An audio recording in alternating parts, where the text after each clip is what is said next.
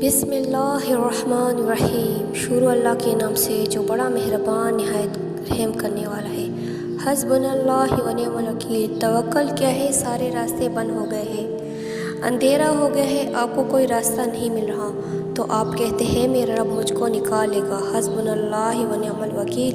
जब आप पुकारते हैं दिल से तो अल्लाह निकाल लेगा, खोल देगा सारे के सारे रास्ते, और वहाँ से आपको अता करेगा जहाँ से आपने सोचा भी नहीं होगा।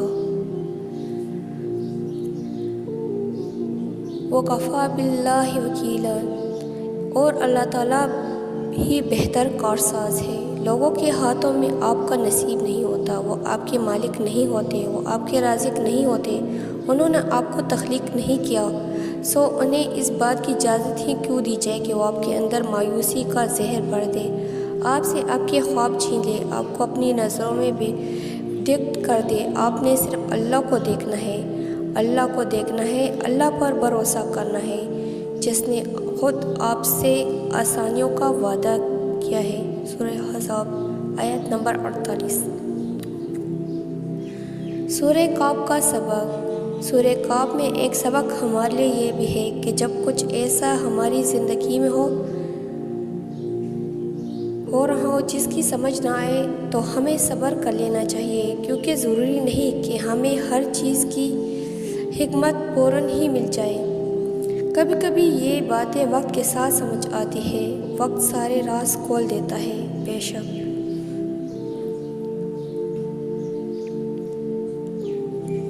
हस्बुनल्लाह व निअमल वकील।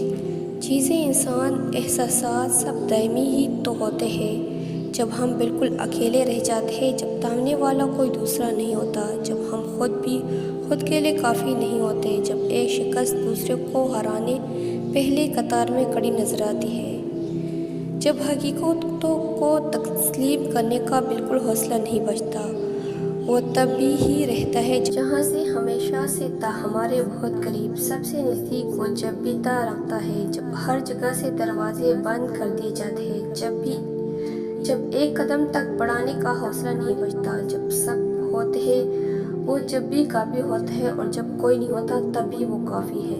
उम्मीद करती हूँ आपको वीडियो अच्छी लगी होगी। चैनल को सब्सक्राइब ज़रूर कीजिए।